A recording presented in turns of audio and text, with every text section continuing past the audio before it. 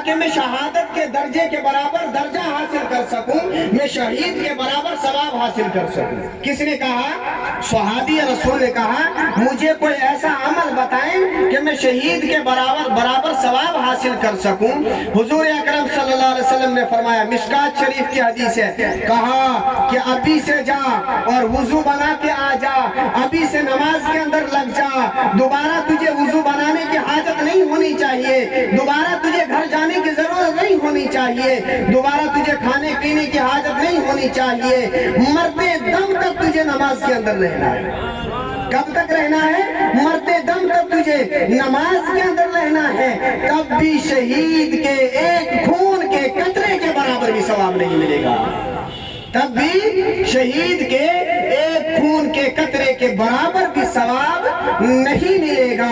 اب بتائیں, حضور اکرم صلی اللہ علیہ وسلم نے فرمایا جو بگاڑ کے وقت میری ایک سنت کو مضبوطی سے پکڑے گا, اللہ تبارک و تعالی اس شخص کو 100 شہیدوں کے برابر ثواب عطا کرے گا. اس لیے مسلمانوں ہمیں چاہیے کہ عید کی نماز تو ہو رہی ہے, ایسا نہ ہو کہ ہماری مسجدیں ویران ہو جائیں. ہم جمعہ کے دن بھی اس وقت جائیں جب خطبے میں 5 منٹ رہتے ہیں. بڑا افسوس ہوتا ہے, یاد رکھنا یہ بات, بڑا افسوس ہوتا ہے آپ کے امام کو, آپ کے خطیب کو یہ دیکھ کر کہ جمعہ کے دن جو شخص خطبے کے وقت مسجد میں آتا ہے. اب آپ کا امام صاحب, میں ایک خود امام ہوں اس لیے مجھے پتا ہے, آپ کا امام صاحب, آپ کا خطبہ یا آپ کا خطیب جمعہ کے دن کے لیے پورے ہفتے کے لیے تیاری کرتا ہے, پورے ہفتے تیاری کرتا ہے ایک جمعہ پڑھانے کے لیے, تاکہ میں لوگوں کو کچھ بتاؤں, میں واضح نصیحت کروں, تاکہ میرے ایک بول کی وجہ سے کسی کی زندگی میں بدلاؤ آ جائے. اللہ تبارک و تعالی ہمارا 2 جہاں کا بیڑا پار کر دے گا. پورے ہفتے محنت کرتا ہے, رات کو 2-2, 3-3 بجے تک بیٹھتا ہے, کتابیں کھولتا ہے, کبھی ایک کتاب کھولتا, کبھی دوسری کتاب کھولتا ہے, لیکن آخر میں جمعہ کے دن پتہ چلتا ہے کہ ہماری پبلک جو ہے وہ خطبے کے وقت مسجد کے اندر آ رہی ہے. بتاؤ کتنا افسوس ہوگا اس خطیب کو, اس امام کو جو آپ نے آپ کی مسجد میں امام رکھا ہوا ہے, اس کو کتنا افسوس ہوتا ہوگا. بتاؤ اگر امام کا دل ناراض ہوگا, آپ یہاں چھوڑ کر مسجد نبوی کے اندر نماز پڑھو, تب بھی نماز کا کوئی فائدہ نہیں ہے, تب بھی نماز کا کوئی فائدہ نہیں ہے. اس لیے ہمیں چاہیے کہ ہمیں اگر قرآن نے کنتم خیر امت اخرجت للناس تأمرون بالمعروف وتنہون عن المنکر اگر کہا ہے, ہمیں اس کے اوپر عمل کرنا ہے, ہمیں اس قرآن کی آیات کے ماتحت چلنا ہے. اگر نہیں چلیں گے تو اللہ تبارک و تعالیٰ کا کوئی بھی خسارہ نہیں, نعوذ باللہ. یہ ہماری زندگی کا خود کا خسارہ ہے. مسجدیں ہیں یہ ویران ہو جاتی ہیں. میں گزارش کروں گا کہ مسجدوں کو ویران نہ ہونے دیں اللہ کی رضا کی خاطر, ورنہ کیا ہوگا. نبی کریم صلی اللہ تعالی علیہ وسلم نے فرمایا کہ آخری زمانے کے اندر ایسے لوگ بھی ہوں گے جو مسجد کے اندر جائیں گے ثواب کمانے کے لیے, لیکن وہاں سے جب باہر نکلیں گے تو گناہوں کا تھیلا اپنے سر پر لے کر واپس جائیں گے. بتاؤ اس نماز سے ہمیں کیا فائدہ, اس نماز سے ہمیں کیا فائدہ, کچھ بھی فائدہ نہیں. اور دوسری بات یہ ہے کہ ہمارا ہمسایوں کے اندر اگر کسی سے بغاوت ہے, عداوت ہے, تو اس عید کی نماز سے پہلے وہ ختم کر دینی ہے, اللہ کی رضا کی خاطر معاف کر دینا ہے. اگر اللہ کی رضا کی خاطر ہم معاف نہیں کرتے, حضور اکرم صلی اللہ علیہ وسلم کی حدیث ہے ثلاثم من کن فی وجد حلاوت الایمان, کہ ایمان کی حلاوت جو ہے وہ 3 شخصوں کو ملے گی. ان یکون اللہ ورسولہ, سب سے زیادہ محبت اللہ اور اس کے رسول کے ساتھ کرنی ہے. وان یحب المرء لا یحب الا للہ, کہ اگر کسی سے کوئی کام کرے, چاہے وہ اچھائی کرے چاہے وہ برائی کرے, کسی سے حسد رکھے تو اللہ کی ذات کی خاطر رکھے, کسی سے دوستی کرے تو اللہ کی ذات کی خاطر کرے. وَأَن يُحِبَّ الْمَرْءَ لَا يُحِبُّ إِلَّا لِلَّهِ وَأَن يَقْرَأُ أَن يَعُودَ فِي الْكُفْرِ كَمَا يَقْرَأُ أَن يُقْذِفَ فِي النَّارِ. اور ایک مسلمان کو اتنی دقت اور اتنی دشواری ہونی چاہیے اسلام سے کفر کی طرف جانے میں جس طرح ایک زندہ انسان آگ میں چھلانگ مارا. حضور اکرم صلی اللہ تعالی علیہ وسلم کی محفل میں بہت سارے صحابہ کرام بیٹھے ہوئے تھے. حضور صلی اللہ علیہ وسلم نے کہا کہ اگر کسی کا کسی رشتہ دار کے ساتھ کوئی جھگڑا ہے وہ میری مجلس سے بھاگ جائے. ایک صحابی رسول کھڑا ہو گیا اور مجلس سے نکل گیا اور گھر میں جانے کے بعد اپنی ماسی کے پیر پکڑے کہ اگر میں ہی غلط ہوں یا تو ہی غلط ہے لیکن میں تیرے سامنے معافی مانگ رہا ہوں. کیوں؟ کیونکہ آج مجھے محمد رسول اللہ نے اپنی محفل سے برخاست کر دیا ہے. اس لیے میں چاہتا ہوں کہ تو مجھ سے صلح کر لے, تو مجھ سے رابطے میں رہے اور میں تاکہ اس محفل میں جانے کے لائق رہوں. اور ماسی نے کیا کہا کہ جاؤ بیٹا میں نے تمہیں معاف کر دیا. اور صحابی رسول واپس دوڑتا دوڑتا آیا اور کہا یا رسول اللہ میں جیت گیا, میں بازی مار گیا. میں تو اپنی ماسی کے ساتھ عداوت یہ رکھتا تھا, میں تو اسے آج مروا کے آیا ہوں. حضور صلی اللہ علیہ وسلم نے کہا آؤ میرے قریب ہی کر بیٹھ جاؤ. اس لیے کسی سے حسد, بغض, کینہ وغیرہ اگر کسی سے ہے فی الحال تو کوشش کرنی ہے کہ اپنی غلطی کو خود تسلیم کرے. حضرت علی کرم اللہ وجہ الکریم کا فرمان ہے کہ جو انسان یہ کہے کہ میں جھوٹا نہیں ہوں, میں خطا کار نہیں ہوں, میں گناہگار نہیں ہوں, میں اس غلطی کے اندر ملوث نہیں ہوں, آپ سمجھ جاؤ سب سے بڑا جھوٹا انسان وہی ہے. آپ سمجھ جاؤ کہ سب سے بڑا جھوٹا انسان وہی ہے. اس لیے خود کی غلطی کو تسلیم کرنا یہ ہمارا بڑا پن ہے. اور حضرت علی کا دوسرا فرمان سن لیجئے, کیا فرماتے ہیں حضرت علی کرم اللہ وجہ الکریم کہ انسان دوسرے کو وہی دیتا ہے جو خود کے پاس ہوتا ہے. میں آپ کی عزت تبھی کروں گا اگر میں خود عزت دار ہوں, تو آپ کی عزت تبھی کروں گا. اللہ تبارک و تعالی ہم سب کو یہاں پر جمع ہونا قبول عطا فرمائے اور ہم سب کے مرحومین کی بخشش اور مغفرت عطا فرمائے. ہم سب کو صحیح معنوں کے اندر نماز عید الفطر ادا کرنے کی توفیق عطا فرمائے. ہم سب کی مساجدوں کو آباد عطا فرمائے. جو لوگ مسجدوں کو آباد کرتے مولا ان کے گھروں کو آباد عطا فرما. یا اللہ ہم سب کے روزوں میں شرف قبولیت عطا فرما. یا اللہ ہم سب کی نمازوں میں شرف قبولیت عطا فرما. یا اللہ ہم سب کے دل کی دنیا کو بدل دے مولا, اس طرح بدل دے کہ ہم قرآن والی زندگی اپنائیں. یا اللہ اس طرح بدل دے کہ ہم بچوں کو دین کا دائی اور ایمان کا شہدائی بنائیں. اس طرح بدل دے جس طرح نبی کریم صلی اللہ علیہ وسلم کے صحابہ اپنے ننھے بچوں کو حضور اکرم صلی اللہ علیہ وسلم کی خاطر جنگ میں پیش کر دیا کرتے تھے. یا اللہ ہمیں بھی ایسا بنا کہ ہم بھی اپنے بچوں کو اس دین کی خاطر پیش کر دیں. یا اللہ ہمارے بچوں کو دین کا دائی قرآن کا عالم بنا. یا اللہ ہمارے مرحومین کی بخشش عطا فرما. یا اللہ میرے دادا دادی, نانا نانی, چاچا چاچی, بالخصوص میرے بھائی جان اور حاضرین مجلس کے اندر جن کے کلوز رشتہ دار, جن کے قریبی رشتہ دار فوت ہو چکے والا تمام کی بخشش عطا فرما. یا اللہ تمام کو جنت الفردوس عطا فرما. یا اللہ جو بھی بیمار ہے مولا تو شفاء کلی صحت کاملہ عطا فرما. یا اللہ جو قرض میں مقروض ہے مولا تو ان کی غیب سے مدد عطا فرما. یا اللہ جو بے سہارا ہے مولا تو انہیں سہارا عطا فرما. یا اللہ جو بے گھر ہے مولا تو انہیں گھر عطا فرما. یا اللہ جو بے ڈر ہے مولا تو انہیں ڈر عطا فرما. یا اللہ جو بے دین ہے مولا تو انہیں دین کی سمجھ عطا فرما. یا اللہ جو بے اولاد ہے مولا تو انہیں نیک صالح اولاد عطا فرما. یا الہ العالمین دعا کے واسطے کہتے رہتے ہیں بندے تیرے, کر دے پوری عاجز و ہر بے کس و مجبور کی. یا الہ العالمین مولا ہم سب کی بچیوں کو مولا حیا کی توفیق عطا فرما. یا اللہ حیا کی توفیق عطا فرما. یا اللہ اگر کسی ایسا شخص ہے کوئی مولا جس کی بچی کا رشتہ نہیں ہوتا مولا تو غیب سے مدد عطا فرما. یا اللہ تو غیب سے مدد عطا فرما. وصلی اللہ تعالی علی خیر خلقہ محمد وعلی آلہ وصحبہ اجمعین برحمتک یا ارحم الراحمین. نماز کا طریقہ نیت کی میں نے 2 رکعت نماز صلاۃ عید الفطر کی, زائد 6 تکبیریں, زائد 6 تکبیروں کے منہ میرا کعبہ شریف کی طرف, پیچھے اس امام کے اللہ اکبر.